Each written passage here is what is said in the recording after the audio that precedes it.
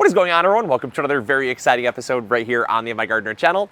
In today's episode, we're going to talk about the 5 most productive tomato varieties that I've come across that you guys need to add in your garden. Let's go.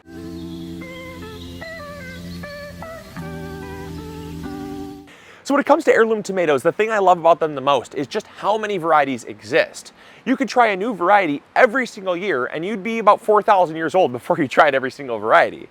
That's because there's so many different variations of colors, shapes, sizes, characteristics, and traits that there's something out there for everybody. I mean, if you want a sweet tomato, there's sweet tomatoes. If you want acidic tomatoes, there's acidic tomatoes. There's big tomatoes, small tomatoes. It doesn't matter what you're really into, there's something out there for you. And that's what I think is so awesome.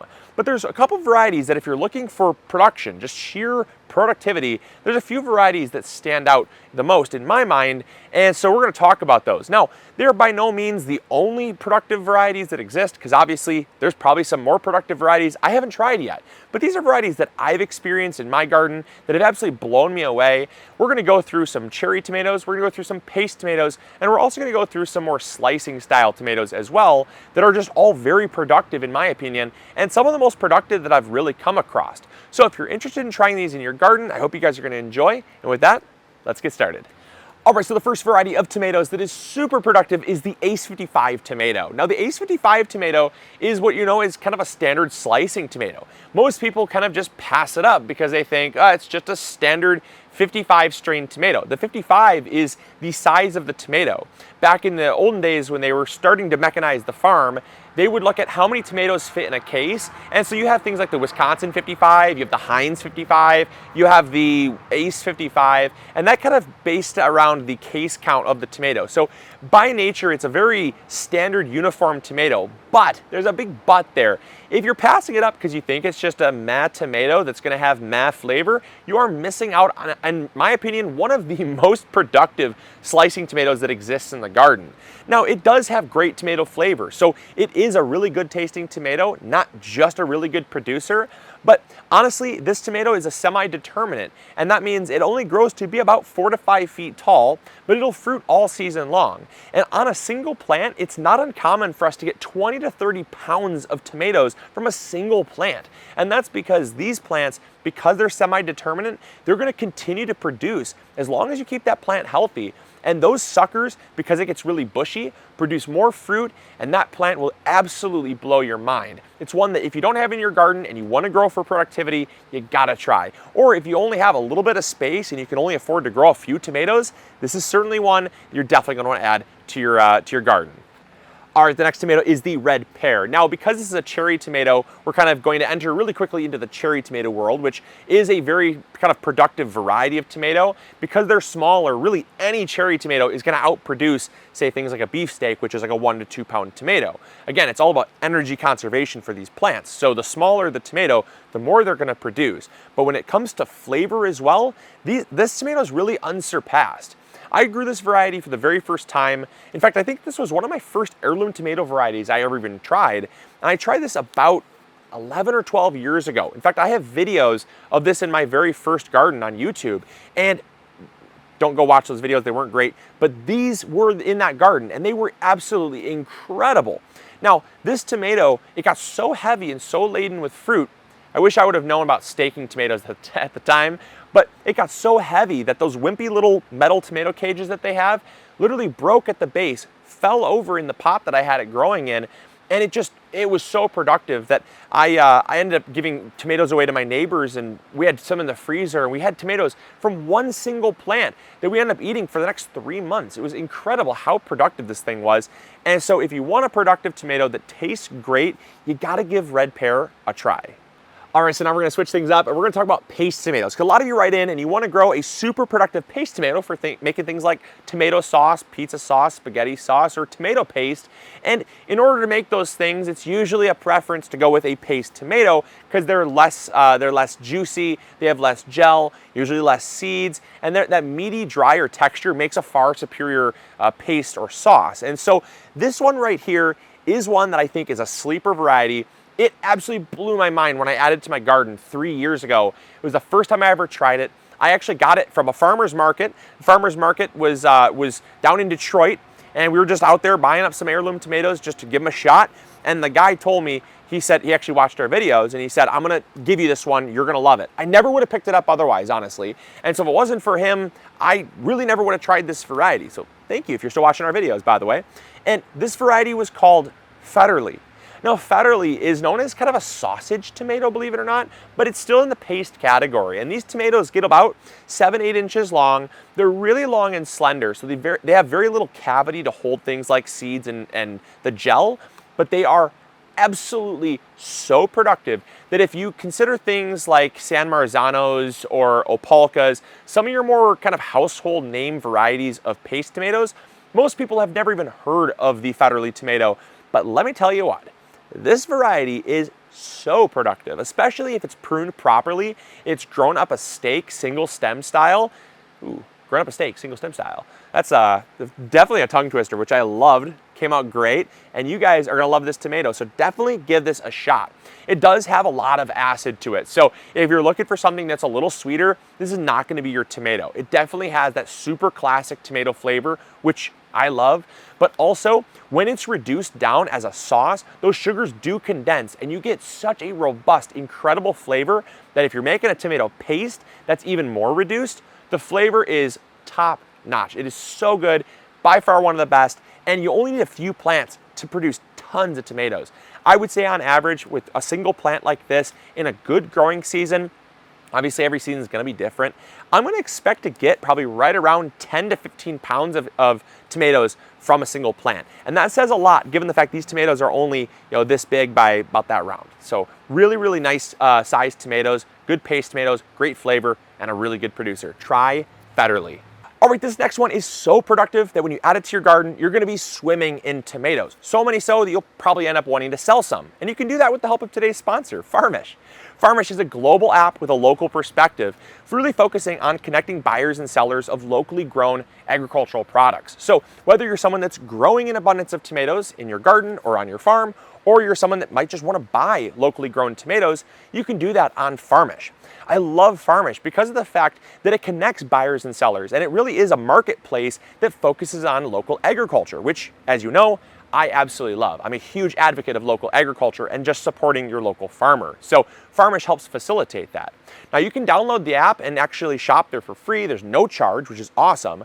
But if you want to sell something, like let's say I was growing this tomato that I'm going to talk all about, and I had a ton of tomatoes, I could list these tomatoes for sale for free, up to 3 listings for free forever. But if I had more different varieties, like if I had the red pear, I had the, let's say I had the Federle, let's say I had the A55, let's say I had a couple beefsteak varieties and I needed more than 3 listings, I could get a market membership. It's just $29 a month or $299 for the year. So it's super affordable. And it's a great way to not only get rid of some of your produce, but make a little money on the side, which is awesome, or even grow your business, which I think is great too. Now, the final thing I would say is if you are interested, go check out getfarmish.com/MIgardener to go download. That way they know I sent you. It helps to support the channel and also helps to support more free content coming out to the masses. So thank you so much, guys, for your support. Thank you for watching these ads, and also thank you so much for checking out Farmish, because they would not be a sponsor on this channel if I didn't absolutely love them. And I've been using it myself. I've been using it for about the past year and a half. We're on the app. You can go check us out, say hi, and it's an incredible app, so I recommend checking it out. So thank you so much, Farmish, for sponsoring today's episode, and let's get back to it. So the tomato that you can add to your garden and be swimming in tomatoes with is the Rosa de Bern. Now the Rosa de Bern was actually, we were turned on to this variety by our friend James Prigioni. Great YouTube channel, highly recommend it. James, if you're watching, thank you so much for shouting out this variety of tomato. Super, super appreciate it, because this variety absolutely blew me away. It's a Swiss variety of tomato. It's actually slightly larger than a slicer, slightly smaller than a beefsteak, but wow. Wow is the only thing that I can really classify.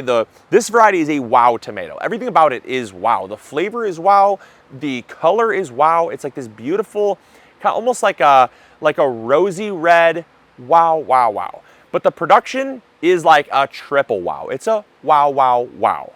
I mean, this thing is one of the most productive, larger tomatoes that I have ever come across. Now, you do have to single stem this variety because of the fact it'll produce so much that the stems will most likely snap. It also does not really thrive very well when there's a lot of foliage kind of growing in.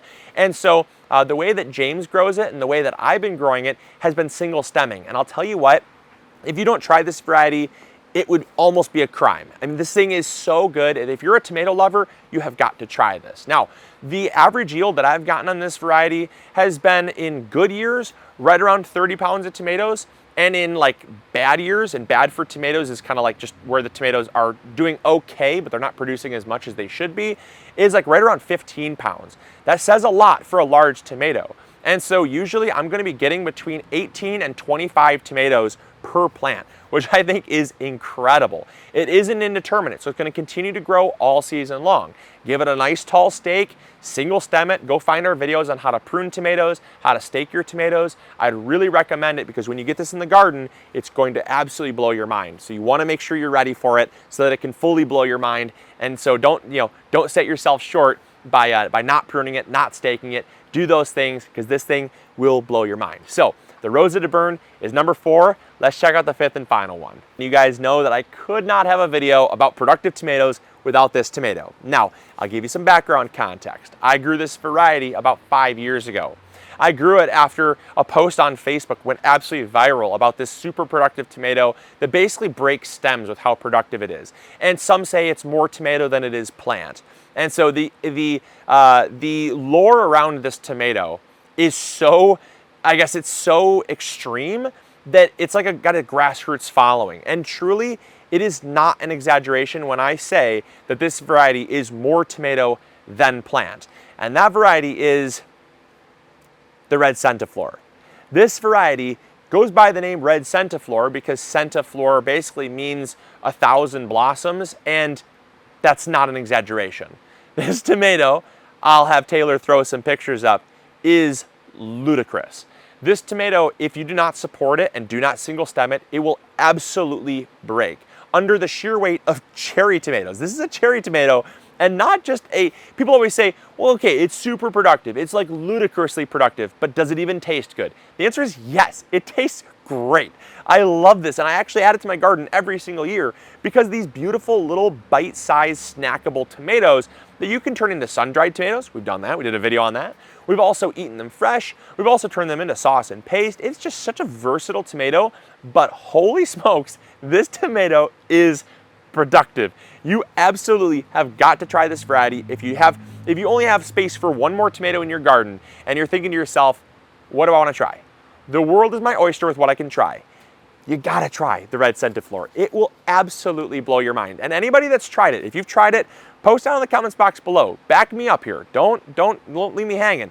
This variety is incredible. And I actually have some pictures of me growing it and some of the tomatoes that I got. I'll see if I can find them. If I can, I'll have Taylor throw those up as well. This tomato is every bit of the myth and the legend that has been talked about this tomato. So I can't really hype it up much more than that because otherwise you guys are gonna think that I'm bluffing and lying. But let me just tell you, this one had to be kind of the capstone of this video because of the fact that I really have never found a more productive tomato. I don't understand what makes this thing so productive. It is an heirloom. It does breed true to type. We've saved seeds and grown them out year after year.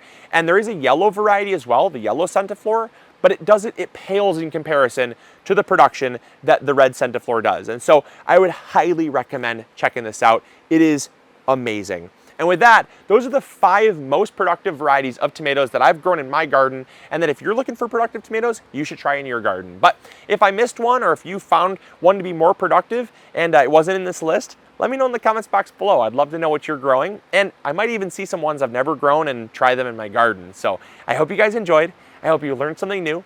As always, this is Luke from the MIgardener channel, reminding you to grow bigger. Take care, guys. Bye.